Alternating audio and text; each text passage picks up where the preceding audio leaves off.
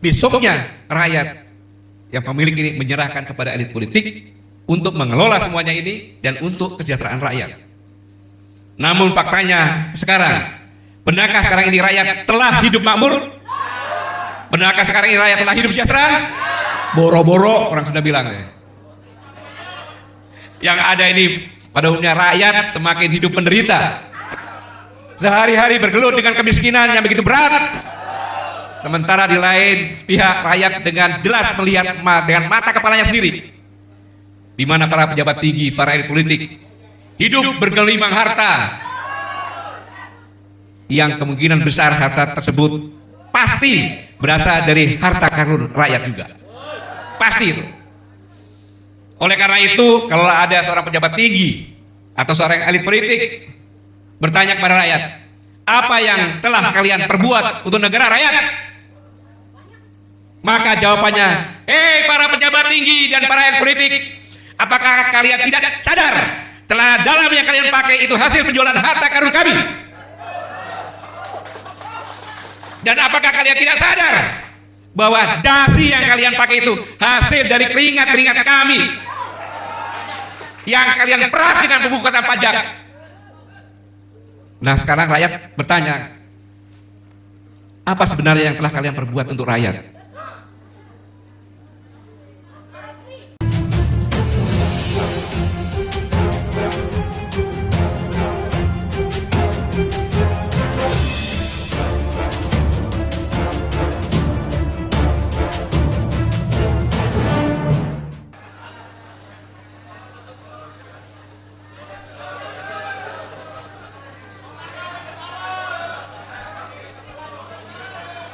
Assalamualaikum warahmatullahi wabarakatuh. Bismillahirrahmanirrahim. Alhamdulillah wa syukurillah. Wala haula wala quwata illa billahil. Allahumma shalli ala sayyidina Muhammad wa ala ali sayyidina Muhammad. Saudara-saudaraku sekalian, saya mengajak kita bersyukur kehadirat Allah Subhanahu wa taala, Tuhan Yang Maha Esa, bahwa Allah lah yang merakkan hati kita sehingga kita berangkat dari rumah ke sini, dan Allah pula yang melindungi kita sehingga kita bisa sampai di sini, dan atas ridho Allah Subhanahu wa taala pula kita bisa bersilaturahim di sini. Semoga apa yang kita lakukan di sini sebagai iman dan takwa kepada Allah Subhanahu wa taala, Tuhan Yang Maha Esa. Yang saya hormati, di sini ada ketua saya, karena kalau di rumah dipanggilnya ketua, Pak Dr. Baktiar Hamzah. Ada banyak sekali profesor di sini, pembicara Pak Profesor Nur Hayati Assegaf, Presiden Parlemen Wanita Dunia. Ada Prof. Hafiz, para alim ulama, para tokoh-tokoh agama.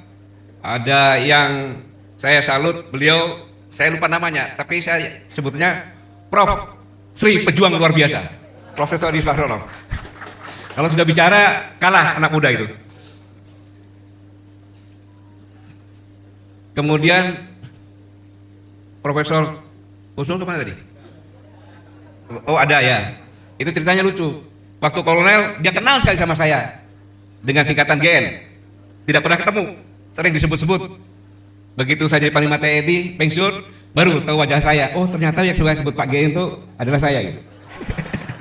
Belum masih di KPU, kalau ada masalah IT, termasuk yang bongkar di Borobudur, ada pagi-pagi Golkar, Jambu, PDI, Blimbing, dan sebagainya, itu atas perintah beliau suruh membongkar. Dan lahirlah Undang-Undang ITE, dan itu pula lah yang menjerat Dr. Syahganda Nenggolan, Dr. Baru Anton Permana, dan Jumur Hidayat. Itu zamannya Bung Sulu. Kalaulah tidak karena tinta, tak akanlah bisa kutulis puisi. Kalaulah tidak karena cinta, tak akanlah hadir kita semua di tempat ini. Kita semuanya yang di sini tentu sebagai manusia yang sangat-sangat mencintai negara Kesatuan Republik Indonesia yang luar biasa ini. Saya di sini bukan orasi kebangsaan, tapi saya menyimpulkan apa yang disampaikan oleh Dr. Antoni Briawan, kemudian Profesor Nur Hayati, kemudian ini dia yang harus didinginkan dulu. Kemudian Prof. Kusnul dan yang Dr. Badila itu harusnya berurutan tuh sampai puncaknya beliau itu sehingga meledak-ledak. Dan siapa lagi?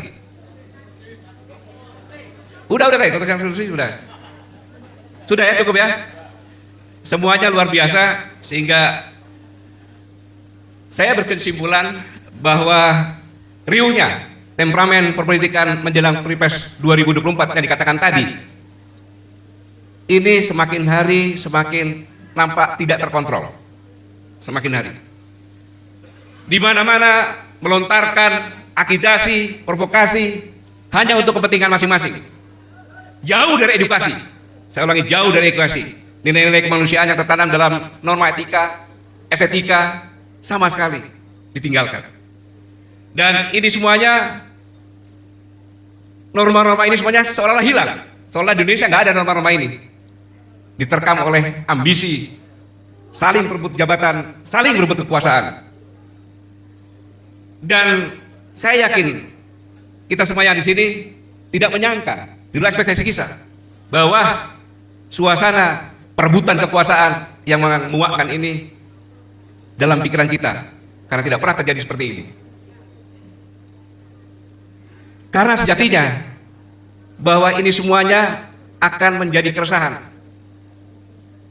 kekhawatiran bagi orang-orang yang bertanggung jawab dalam soal nasib bangsa ke depan, termasuk kita yang di sini maupun yang sedang mendengarkan semuanya ini.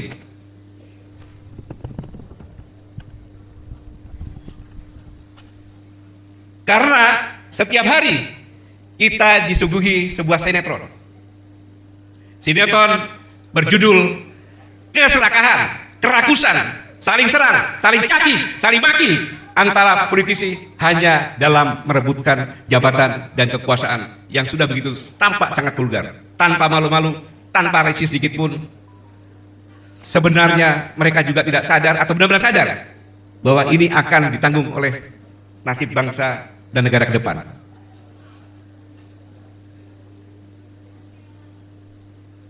Saya yakin bahwa sinetron ini sangat memuakkan apabila saudara-saudara menyimak dari hari ke hari. Apalagi ditonton oleh kaum agamawan, ulama, pendeta, pastor, yang mereka semuanya selalu berpegang pada norma-norma ketuhanan Yang Maha Esa, norma-norma etika dan estetika. Dan tentunya kaum agamawan khawatir kalau ini dibiarkan akan merusak dan menghancurkan bangsa ini ke depan. Kenapa saya yakin hal ini? Karena kita pasti sudah sama-sama tahu bahwa kaum agamawan adalah memegang kuat teguh nilai-nilai ketuhanan untuk membimbing kita semuanya, dan seolah-olah tidak berbekas karena di semua media isinya hanya caci maki secara vulgar. Pertanyaannya adalah, apakah para agamawan bisa nyaman hidup di negeri ini yang kondisinya seperti ini? Tentu mereka semuanya merasa gerah, dan yang lebih lagi mereka pasti berpikir, apa yang harus saya lakukan untuk menyelamatkan bangsa ini, untuk menyelamatkan rakyat ini. Bahkan semuanya melihat para elit politik sibuk mengurus masalah koalisi, sementara di sisi lain tidak terlihat tentang kerja nyata yang real dalam menjawab persoalan kemiskinan yang setiap hari selalu digeluti oleh rakyat pada umumnya. Mereka tidak berpikir itu. Dan kaum intelektual pun pasti sama. Mereka khawatir karena mereka punya pengetahuan. Mereka sudah bisa memprediksi ke depan apabila ini terus terjadi. Dan saya yakin mereka pun berpikir bagaimana jalan keluar yang baik demi menyelamatkan bangsa ini. Pemikiran-pemikiran politikus provokatif pasti akan mentah persatuan dan kesatuan. Dan dengan apapun juga, mereka ini mempertontonkan hal-hal yang tidak senonoh, yang menjijikkan dan memuakkan. Dan Politisi sekarang ini sangat tidak mustahil bisa lepas dari hukum kausalitas, yaitu hukum sebab dan akibat. Bahwa apa yang dilakukan sekarang ini pasti kita akan menuai buahnya, baik itu yang kita lakukan baik maupun jelek. Seperti yang tersirat dalam surat di Al-Quran 99 ayat 78, maka barang siapa yang berbuat amal kebajikan walaupun sebesar atom, sangat kecil sekali, pasti nanti akan dilihatnya. Demikian pula sebaliknya, barang siapa yang berbuat kejahatan walau sebesar atom, maka pasti nanti akan dilihatnya juga. Begitulah ketetapan hukum Sang Pencipta yang mustahil bisa dirubah oleh manusia apapun juga, dengan tenaga dan cara apapun juga. Saudara-saudaraku sekalian, semuanya ini terlihat bahwa dianggap bernegara ini berbuat semau gue, sakar PDW, sakar insun, tidak berpikir. Yang penting saya dan kroni saya bisa selamat dan berhasil.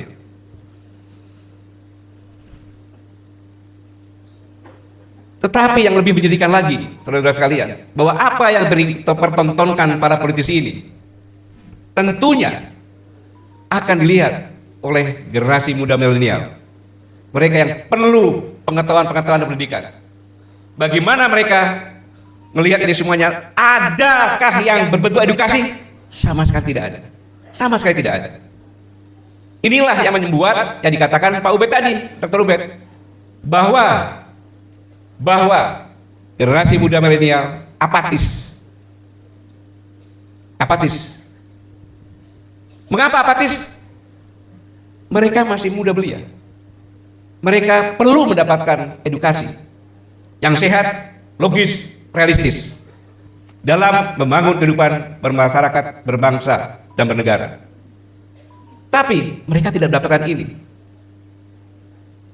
Itulah yang menyebabkan tadi berdasarkan dari polling yang dilakukan generasi muda kita yang bonus demografi jumlahnya kurang lebih 60%, mereka apatis. Kalau ditanya mereka nanti pilpres milih siapa? Saya tidak pilih semua. Mereka tidak milih semua. Karena ini mereka khawatir apa yang bisa saya dapat. Bahkan cerita dari rekan kita semuanya, Mossad, manusia merdeka Muhammad Sadidu, ketika akan berangkat ke Australia, di mana menyaksikan wisuda anaknya yang berumur 22 tahun S2. Saya bilang, kamu tidak akan berhasil, kau bisa jagoan di tanah air. Tapi kita ke Australia untuk mengajak anakmu pulang, hebat kalau kau berhasil. Dan ternyata dia lemah, dia tidak berhasil. Hanya karena pernyataan anaknya saja. Apakah kalau saya pulang ke Indonesia, saya bisa berkarir dan karir saya dihargai dan saya bisa bersaing dengan kemampuan profesionalisme yang saya tekuni? Bapaknya tidak bisa menjawab. Dan akhirnya dia pulang sendiri ke sini. Dan ini bukan hanya satu, banyak. Mungkin dari sini semua yang punya anak susah dibawa pulang ke tanah air. Mengapa demikian saya katakan ini sangat berbahaya, saudara-saudara? Karena demokrasi harus berafiliasi dengan sosiologi atau dengan mayoritas. Saya tidak primordial ya, saya tidak primordial. Tetapi ini adalah kesepakatan kita bahwa kita adalah negara demokrasi. Kalau 60%, taruhlah setengahnya, berarti 30% tidak memilih. Maka yang siapapun yang jadi presiden, dia tidak memiliki legalitas. Maka demokrasi itu berafiliasi dengan mayoritas. Maka pemilihan presiden, gubernur, bupati semuanya 50+1 jadi mayoritas. Sama juga, banyak orang bertanya, Pak, nanti ada yang dikriminalisasi supaya tidak maju. Di sini saya ingatkan, saya yakin orang yang paham tentang politik tidak berani. Mengapa? Karena kalau yang maju hanya dari rejim, Menteri Pertahanan dan Gubernur Jawa Tengah, berarti kaum oposisi itu tidak terwakili. Sangat berbahaya. Ini sangat berbahaya. Saya bicara bukan saya kampanye, saya bicara ini adalah teori. Ini adalah sebuah teori. Kita akan mengalami hal yang sulit. Karena demokrasi dimanapun di dunia pasti antara rejim yang mengendalikan demokrasi itu bermasalah. Besar kecilnya tergantung disiplin atau tidak berdemokrasi. Apabila yang mengendalikan demokrasi tidak disiplin, goyangan makin keras di rakyat. Itulah oposisi. sebagai pengontrol. Semakin demokrasi dikriminasi, semakin besar lagi oposisinya. Itu hukum, itu teori. Jadi tidak usah bicarakan. Saya yakin elit-elit politik tidak berani melakukan ini karena akan bermasalah terus dalam sepanjang perjalanan bangsa ini. Karena tidak mungkin yang kecil mengkooptasi yang besar. Itu akan melanggar hukum energi dalam demokrasi.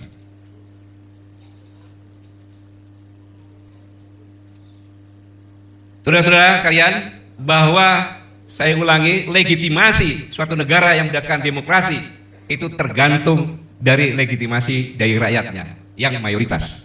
Itu kunci. Kalau yang menang yang tidak mayoritas sangat berbahaya. Demokrasi tidak akan berjalan. Pasti sibuk dengan kekacauan-kekacauan yang ada. Karena sekecil apapun program yang dilakukan oleh pemerintah sebagai pendiri demokrasi ini harus mendapat legalitas dari mayoritas. Tanpa itu tidak akan jalan. Kita bisa melihat program-program IKN, ya kan? Kereta cepat, berat karena legalitasnya tidak ada. Oleh karena itu maka kedaulatan rakyat itu amat sangat penting. Saya ulangi, kedaulatan rakyat amat sangat penting. Sangat berbahaya kalau partisipasi para kaum milenial yang 60% ini dalam pemilu sangat minim. Berarti legalitas siapapun yang menang tidak akan kuat. Inilah yang saya pikir kita harus mulai membangkitkan. Seperti yang dikatakan Dr. Ubed lagi, ini sangat berbahaya. Dan ini data ini dari Pak Laude ini, rektor dari Universitas IT yang di dunia hanya 5 ya, tidak lebih.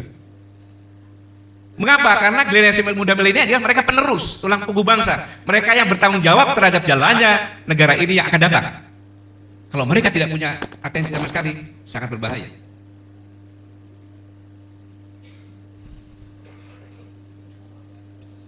Hadirin sekalian, sejatinya para politisi adalah sosok-sosok yang seharusnya membangun argumentasi secara logika, argumentasi yang jernih, mumpuni dalam hal wawasan kebangsaan. Seorang politisi yang sejati, dia tidak boleh membunuh lawan argumentasinya. Dia memberikan jalan untuk sama-sama berargumentasi. Sehingga apa yang disampaikan ini menjadi nuansa pendidikan bagi generasi-generasi muda. Seharusnya demikian. Sehingga mereka pun punya tugas untuk membangun kesadaran kehidupan berbangsa dan bernegara yang sehat, steril dari pemikiran-pemikiran kotor, pemikiran-pemikiran licik ketika beradu argumen. Ini semuanya tentunya sama-sama kita rindukan. Kapan ini bisa terjadi? Walau alam. Saudara-saudara sekalian, sebagai politisi papan atas akan sangat tidak pantas dirinya kalau mengeluarkan kata-kata nyinyir, kata-kata kotor, kata-kata yang vulgar, menyerang secara personal terhadap lawan politiknya. Ini tidak etis. Ini yang selama ini kita saksikan. Harusnya yang seperti kata-kata tadi membuat semuanya tenang, sehingga kaum agamawan, intelektual, kaum ibu-ibu tenang melihatnya. Mereka menjunjung tinggi norma-norma etika dan estetika yang ini sangat langka. Saudara-saudara sekalian, inilah gambaran tentang perpolitikan yang terjadi sekarang. Yang kita semuanya, saya sadarkan bahwa menuduh anak-anak muda senang berhura-hura. Ingat, mereka punya akal dan rasa. Mereka mengerti keadaan sekarang ini. Tetapi mereka menjadi apatis karena mereka tidak melihat hal yang positif. Inilah yang harus sama-sama kita harus bekerja keras untuk merubah semuanya ini. Saudara-saudara sekalian, dalam kondisi yang terkini ini kita melihat bahwa manusia tercipta dari bahan yang sama. Karena itu kita memiliki dasar yang sama.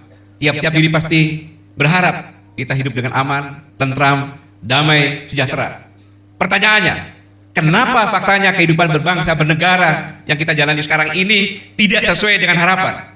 Pertanyaan seperti tadi, siapa sebenarnya yang menjadi dalang, yang menciptakan suasana kehidupan perpolitikan yang jauh dari nilai kemanusiaan ini?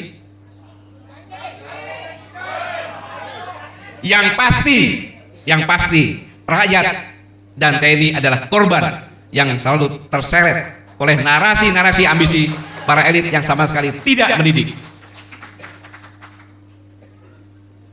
Padahal kalau kita berpikir secara jernih bahwa pengorbanan rakyat pada negara ini sungguh sangat tidak ternilai. Bagaimana tidak?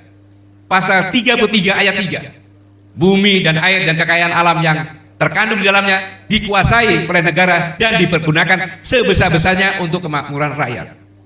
Tapi pasal ini merupakan bukti konkret di mana rakyat dengan rela, ridho menyerahkan seluruh harta karunia kepada para elit politik supaya dikelola dengan baik, benar, dan dengan tujuan demi kemakmuran kesejahteraan rakyat. Jadi Anda semuanya rakyat Indonesia adalah pemilik sah ketika Bung Karno mengatakan proklamasi, dengan ini kami bangsa Indonesia, berarti rakyat semuanya. Yang menyatakan merdeka rakyat. Besoknya rakyat yang pemilik ini menyerahkan kepada elit politik untuk mengelola semuanya ini dan untuk kesejahteraan rakyat. Namun faktanya sekarang, benarkah sekarang ini rakyat telah hidup makmur? Benarkah sekarang ini rakyat telah hidup sejahtera? Boro-boro orang sudah bilang ya. Yang ada ini pada umumnya rakyat semakin hidup menderita, sehari-hari bergelut dengan kemiskinan yang begitu berat. Sementara di lain pihak rakyat dengan jelas melihat dengan mata kepalanya sendiri, di mana para pejabat tinggi, para elit politik hidup bergelimang harta, yang kemungkinan besar harta tersebut pasti berasal dari harta karun rakyat juga. Pasti itu. Oleh karena itu, kalau ada seorang pejabat tinggi atau seorang elit politik bertanya kepada rakyat, apa yang telah kalian perbuat untuk negara rakyat? Maka jawabannya, para pejabat tinggi dan para elit politik, apakah kalian tidak sadar telah dalam yang kalian pakai itu hasil penjualan harta karun kami? Dan apakah kalian tidak sadar bahwa dasi yang kalian pakai itu hasil dari keringat-keringat kami yang kalian peras dengan pembukuan pajak? Nah, sekarang rakyat bertanya, apa sebenarnya yang telah kalian perbuat untuk rakyat? Kalau para elit, para pejabat mengatakan bahwa semua dilakukan demi untuk kepentingan rakyat, maka kami pun bertanya, kenapa pada faktanya kami rakyat dan pada umumnya senantiasa sehari-hari bergelut dengan kemiskinan? Rakyat yang mana?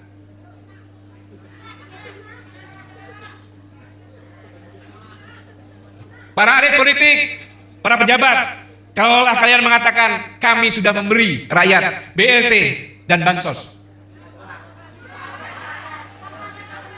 ya rakyat harus mengatakan kami mengucapkan banyak-banyak terima kasih atas bantuan. Namun demikian, untuk kalian ketahui bahwa sebenarnya yang rakyat butuhkan bukan itu. Betul? Bukan bantuan bersifat aksidental. Tapi yang rakyat butuhkan itu adalah sesuatu kebijakan yang secara sistematis dan otomatis bisa meringankan beban rakyat dalam mengakses apa-apa yang menjadi kebutuhan hidupnya sehari-hari. Bukan bansos, tapi sistem yang bergerak di mana meringankan apa yang dibutuhkan rakyat ada. Bukan kondisi yang sekarang ini ketika rekan-rekan kita Pak Anton, Pak Sahagada Nenggola, Pak Jumur di penjara. Mereka mengatakan kepada saya, jangan kasihani kami. Ini tuh masih hidup tuh orangnya. Jangan kasihani kami katanya. Ini yang mengatakan mereka bertiga. Tapi kasihanilah rakyat kita yang di penjara. Hah, di penjara maksudnya? Iya, mereka bebas di luar, tapi mereka tidak bisa mencari makan. Tidak bisa apa-apa. Lebih sedih mereka daripada kami di penjara. Tepuk tangan untuk mereka bertiga.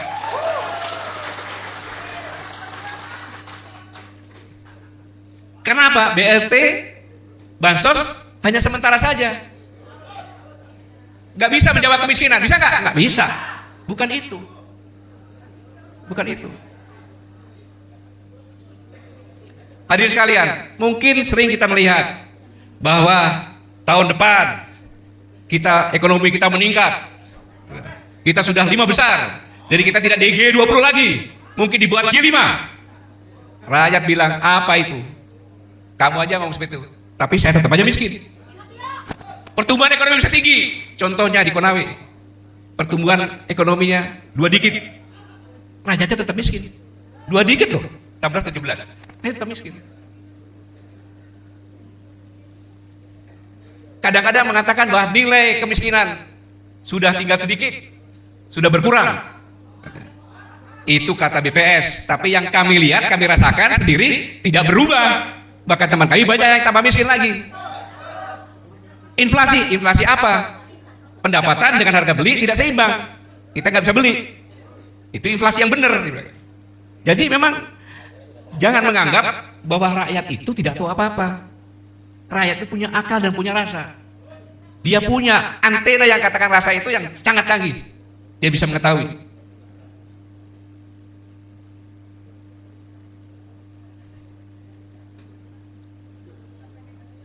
Inilah yang dirasakan rakyat di ujung-ujung sana. Yang perlu saya informasikan agar kita semuanya tergugah, terbangun, mengerti kondisi rakyat sebenarnya. Bayangkan, saya meneliti di Indomaret saja. Sekarang ini diteliti rakyat membeli di Indomaret itu sudah tinggal 20.000 per hari. Maka di Indomaret, Alfamart, banyak yang sasetan kan? Sasetan. Saya meneliti itu karena yang mudah diteliti. Berarti daya beli mereka hanya 20.000 sehari. Itu pun tidak semuanya. Indomaret kan di kota. Kalau yang di desa, buruh. Ketika seorang buruh pulang mendapat gaji, seharusnya dia gembira. Tapi begitu dia lihat di rumah anak dan istrinya, berdoa, ya Allah, semoga aku bulan depan tidak nganggur lagi karena kontrakku diberhentikan. Mereka ini semuanya kontrak. Yang dikatakan buruh, dokter juga buruh loh itu. Iya, pekerja. Kontrak sekarang ini. Bagaimana bisa tenang? Tidak ada ketenangan. Seharusnya hidup di dunia ini penuh dengan pelindungan dan penuh dengan kenyamanan.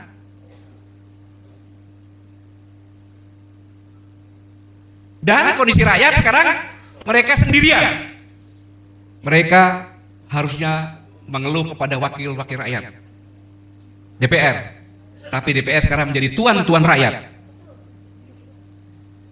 Rakyat sendiri. Mau kemana dia berbicara? Dalam kesendirian ini, dia berpikir ada TNI yang bisa melindungi saya karena saya adalah saudara kandung TNI. Tetapi apabila TNI diam, persepsi rakyat kepada TNI pasti akan berubah. Tetapi saudara-saudara, TNI sekarang ini menghadapi buah si malakama.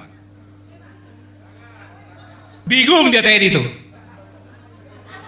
PMI paham, lihat semuanya seperti ini paham, jelas.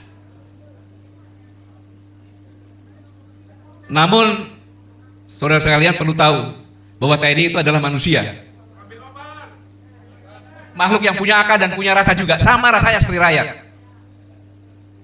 Artinya, apakah diam dan dinginnya sikap TNI sekarang ini? Betul mereka diam ketika melihat rakyat dijolimi?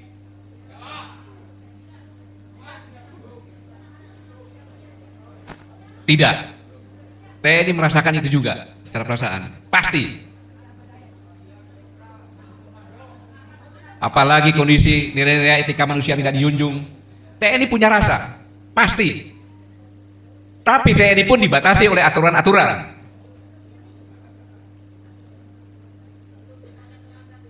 Iya, TNI sekarang ini diam bukan karena diam. Mereka mengamati sambil mengukur waktu yang tepat untuk menentukan sikap.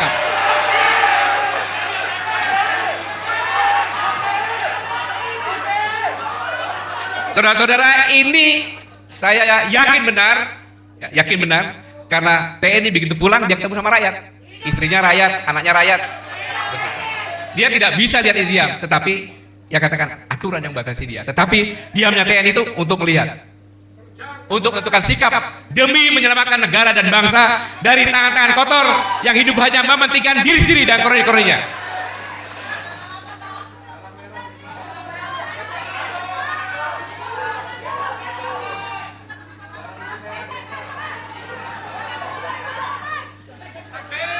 Saudara-saudara sekalian, sama juga semuanya kita paham bahwa negara kita adalah negara yang berketuhanan. Di luar negeri semuanya tahu itu. Di butir-butir Pancasila pun ada.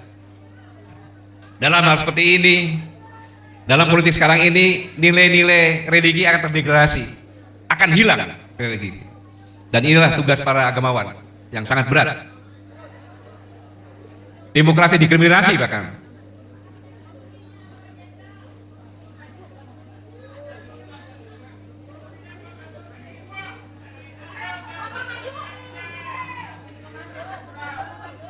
Mengapa demikian? Karena demokrasi sebenarnya dari rakyat untuk rakyat dan oleh rakyat. Tetapi slogan ini sudah tidak berlaku di sini. Demokrasi dari saya untuk anak saya untuk cucu saya. Sehingga nilai-nilai religi, etika-etika demokrasi sudah terkubur dalam-dalam.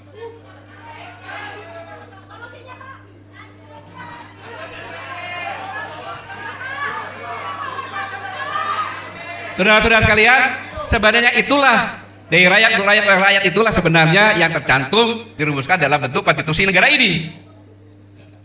Menjadi visi-visi negara yang untuk diperjuangkan bersama-sama. Lantas apa masalahnya? Ternyata sekarang ini slogan tersebut menjadi sangat tidak layak diucapkan lagi, saya katakan tadi. Karena semuanya hanya untuk kepentingan pribadi dan kroni-kroninya masing-masing. Dan ingat bahwa yang dikatakan demokrasi itu sudah mengamanatkan pada negara yang saya katakan ini, rakyat itu dari mengamanatkan pada negara menjadi tupoksi presiden. Bahwa negara berkewajiban untuk melindungi segenap tumpah darah warganya. Undang-undang itu. Yang mana amanat tersebut merupakan keseriusan demokrasi dalam menjaga marwahnya. Lantas apa yang menjadi masalah? Ternyata sekarang ini yang menjadi masalahnya adalah nyaris terlihat muak ketika diucapkan para elit tentang masalah demokrasi. Karena kehidupan sekarang ini penuh dihiasi polemik, bahkan konflik yang kita sama-sama lihat dengan narasi-narasi provokatif dan lain sebagainya. Sehingga tupoksi presiden dan kenyataan tugas yang diembankan tanggung jawab presiden dengan kenyataan yang ada sangat paradok dan bertentangan. Lantas apakah rakyat dan TNI yang jadi korban akan tetap menonton dan berpangku tangan? Ingat, NKRI adalah negara kesepakatan yang tadi, bangsa tadi. Keterlibatan rakyat dan TNI dalam cerita pendirian negara ini menduduki garis terdepan. Saya ulangi, rakyat dan TNI dalam menduduki strata adalah paling depan dalam mendirikan negara ini. Karena negara ini diperjuangkan dengan cerita darah dan nyawa dari rakyat yang berjuang. Dan TNI diambil dari rakyat-rakyat yang berjuang tersebut. Itu yang saya maksud.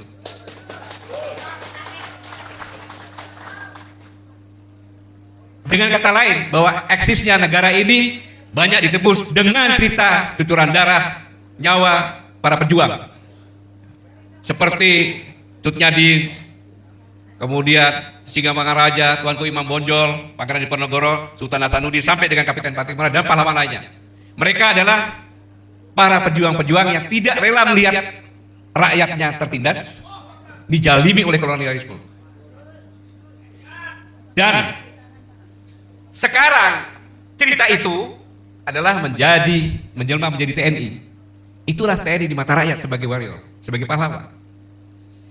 Lalu bagaimana kondisi sekarang ini? TNI. Kalau saya mau umpamakan bahwa TNI dan rakyat itu dengan perjodohan. TNI adalah prianya yang harus melindungi. Dan rakyat adalah wanitanya yang harus dilindungi. Ketika rakyat terjelimi, lalu bagaimana si pelindungnya itu? Itu pertanyaan. Itu pertanyaan yang sangat menggelitik.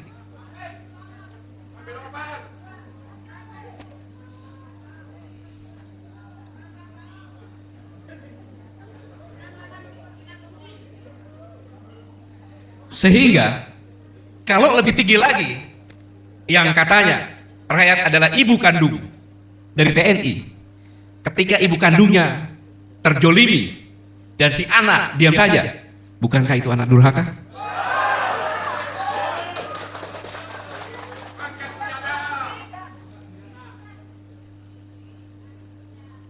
Saya mengingatkan saja bahwa TNI dan rakyat pada umumnya tadi sudah menyerahkan semuanya, menyerahkan semua kekuasaan kepada elit politik.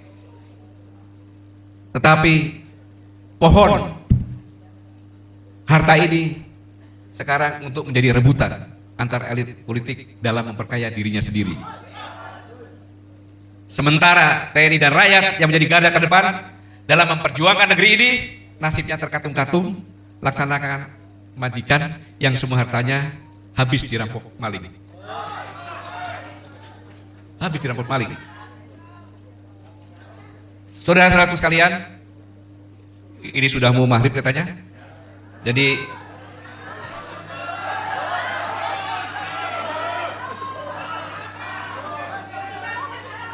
baik, saudara-saudara. Yang saya katakan kondisi politik sekarang ini, kita harus ingat kondisi seperti ini jadikan tonggak. Ya, kita, kalau saya menjadi orang itu begini, orang yang paling sial adalah orang yang tidak punya peluang. Orang yang baik adalah orang yang punya peluang dan bisa memanfaatkan. Tapi orang yang bodoh, orang yang punya peluang tidak bisa memanfaatkan. Orang yang hebat adalah orang yang bisa menciptakan peluang dan peluang itu dia manfaatkan. Nah, kita semuanya harus menjadi orang yang begitu kena musibah ini kita sweep menjadi peluang dan kita manfaatkan. Itu namanya orang luar biasa. Nah, dalam konteks seperti ini kita jangan menyerah. Maka sekarang inilah waktunya tonggak kepandunggalan TNI dan rakyat harus dikembalikan lagi. Bukan kepandunggalan yang bersifat semu, tapi kepandunggalan yang benar-benar solid, seperti menyatunya gula dan manisnya.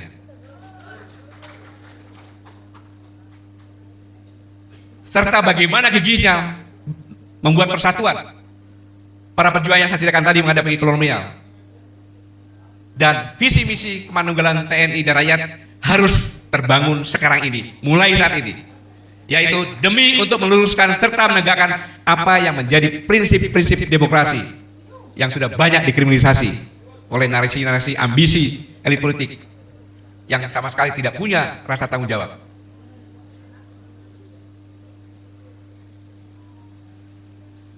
Saudara-saudaraku sekalian, visi misi kepandunggalan TNI dan rakyat harus kita bangun sekarang ini demi kebaikan bersama, demi untuk menyelamatkan kehidupan berbangsa bernegara yang terlihat semakin terancam pada perpecahan yang sangat serius, yang kalau tetap dibiarkan tidak mustahil bisa mengancam pada keutuhan negara kesatuan Republik ini. Intinya bahwa kepandunggalan TNI dan rakyat yang harus dibangun sekarang ini yaitu demi untuk mewujudkan visi misi negara, yaitu untuk memberi keadilan sosial, keadilan ekonomi, keadilan hukum, dan kesejahteraan rakyat. Tentu ini adalah visi negara yang senantiasa diharapkan dan dinanti-nanti oleh segenap lapisan masyarakat. Betul? Kepandunggalan yang arti secara filosofi adalah menjadi aspirasi rakyat. Apa yang menjadi aspirasi rakyat itu juga menjadi aspirasi TNI. Apapun yang tidak disukai rakyat terkait kebijakan pemerintah juga, maka itu adalah hal yang mesti menjadi tanggung jawab TNI untuk memperjuangkan penolakannya. Ya, TNI dan rakyat gak bisa dipisahkan, dari sejarahnya memang seperti itu. Karena memang TNI tumbuh dari rakyat, rakyat yang berjuang.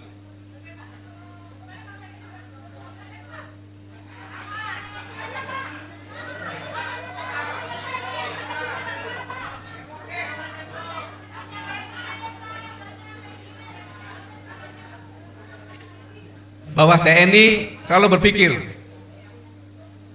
berikhtiar, berupaya dengan tenaga dan pikirannya bagaimana agar rakyat yang merupakan belahan jiwa raganya itu bisa hidup aman, tentram dan sejahtera. Itu yang harus dipikirkan TNI. Hadirin sekalian, sekali lagi saya katakan, kalaulah kita menurut pada fakta sejarah bahwa berdirinya negara ini adalah merupakan hasil perjuangan para pahlawan-pahlawan yang tidak rela rakyatnya dijolimi oleh kolonial, di mana para pejuang sekarang menjelma menjadi militer atau ABRI. Negara tanpa TNI maka nasibnya pasti seperti raja tanpa laskar. Jangan tinggalkan TNI. Dengan demikian artinya keberadaan TNI dalam kehidupan berbangsa, bernegara memiliki peran penting. Bukannya sebagai penjaga kedaulatan negara, tetapi lebih dari itu, TNI memiliki tanggung jawab juga untuk memperkuat kedaulatan rakyat. Artinya TNI harus menjadi garda terdepan dalam membela dan memperjuangkan aspirasi rakyat yang senantiasa menuntut tentang keadilan sosial, keadilan ekonomi, keadilan hukum, dan pemerataan kesejahteraan. TNI harus menjadi garda terdepan dalam memperjuangkan hak-hak rakyat, hak-hak berserikat, hak-hak berpendapat. TNI harus menjadi garda terdepan dalam menghalau semua penindasan, kezaliman yang dilakukan oleh siapapun sekalipun penguasa. Pada prinsipnya, TNI persis sama dengan apa yang menjadi prinsip agamawan. Sama. Agamawan dengan berbagai ragam paham memiliki prinsip yang sama, yaitu tidak akan pernah berkompromi dengan semua bentuk perilaku penindasan dan kezaliman. Bahkan secara bahasa agamanya bahwa semua peragaman akan sangat mengharamkan pada semua bentuk perilaku yang berbau kriminalitas, intimidasi, ketidakadilan, penindasan yang bersifat kezaliman. Oleh karena itu sudah pasti akan sangat ironis sekali kalau ada tokoh agamawan yang malah mendukung dan atau membiarkan perilaku-perilaku kezaliman. Dan yang pasti akhirnya nanti terlihat abu-abu itu agama. Bahkan akhirnya pasti citra para tokoh agama akan menjadi pudar, laksana harumnya bunga yang berbaur dengan baunya bangkai babi. Dan kalau itu terjadi, maka pertanyaan akan bagaimana nasib bangsa ini. Kenapa saya katakan demikian? Karena peran agamawan dalam kehidupan berbangsa amatlah sangat-sangat penting. Oleh karena itu, intinya, sejatinya TNI dan para agamawan harus bersatu padu menjadi oposisi terdepan dalam menghadapi perilaku-perilaku penindasan kezaliman. Saya ulangi, agamawan dan TNI harus bersatu menjadi oposisi terdepan dalam menghadapi perilaku-perilaku penindasan kezaliman. Tidak ada kata terakhir.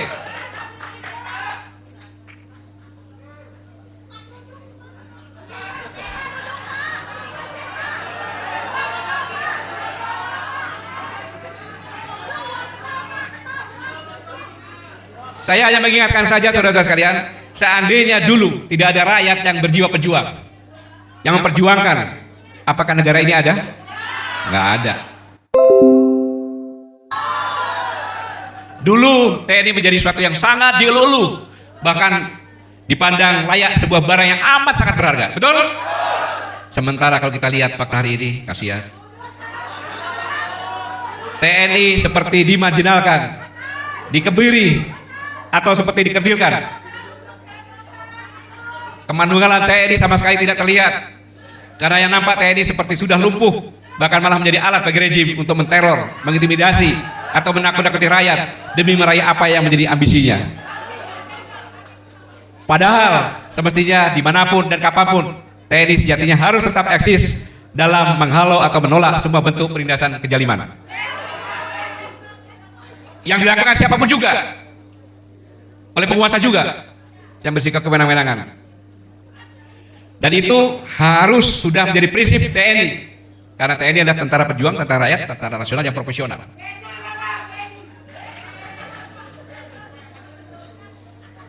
Yang sifatnya sangat tidak mengenal kompromi terhadap semua bentuk penindasan kezaliman. Kalau kita berkaca dengan teori tauladan Jenderal Sudirman, maka semestinya prinsip TNI harus tetap konsisten dalam mengharamkan untuk menjadi penjilat, apalagi menjadi antek-antek rejim yang nyata-nyata banyak lakukan penindasan kezaliman pada rakyat. Justru TNI harus mampu mengedukasi rakyat bagaimana yang benar dalam membangun hidup berbangsa dan bernegara sesuai sistem demokrasi yang sama-sama telah kita sepakati bersama. Pola edukasi TNI harus benar-benar elegan, logis, realistis, sehingga bisa diterima setiap kalangan dan bahkan layak diadopsi oleh lembaga akademisi dimanapun berada. Karena itu peran TNI bukan hanya sebagai penjaga kedaulatan negara, tapi lebih dari itu TNI harus bisa mendorong semua elemen dan atau semua lembaga negara untuk menciptakan ekonomi yang berkeadilan, penegakan hukum yang berkeadilan, dan pemerataan kesejahteraan. Itu yang harus dilakukan TNI. Namun demikian perlu diketahui oleh semua lapisan masyarakat bahwa TNI harus tetap setia, taat, dan patuh pada pimpinan, termasuk kepada presiden. Yang konsisten dalam melaksanakan visi misi negara yang sudah terkandung dalam konstitusi. Dan dengan kemandulan TNI rakyat memungkinkan akan tercipta negara yang sehat dan kuat. Sebaliknya, ini camkan benar, sebaliknya, kalau penguasa sudah banyak menindas, mengintimidasi rakyat, maka sejarah membuktikan bahwa penguasa tersebut ibarat sedang menggali kuburnya sendiri. Dan secara hukum alam bahwa sejarah banyak membuktikan sikap penguasa yang seperti itu pasti akan tumbang di tangan rakyat yang senantiasa di backup oleh militer.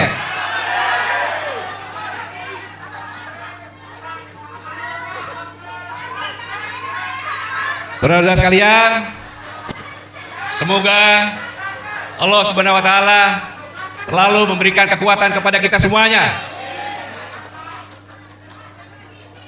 memberi perlindungan, memberi kekuatan lahir dan batin untuk melanjutkan perjuangan hanya untuk negara kesatuan Republik Indonesia yang sangat-sangat kita cintai bersama. Sekali lagi terima kasih atas kehadirannya, dan semoga apa yang kita lakukan hari ini merupakan amal ibadah.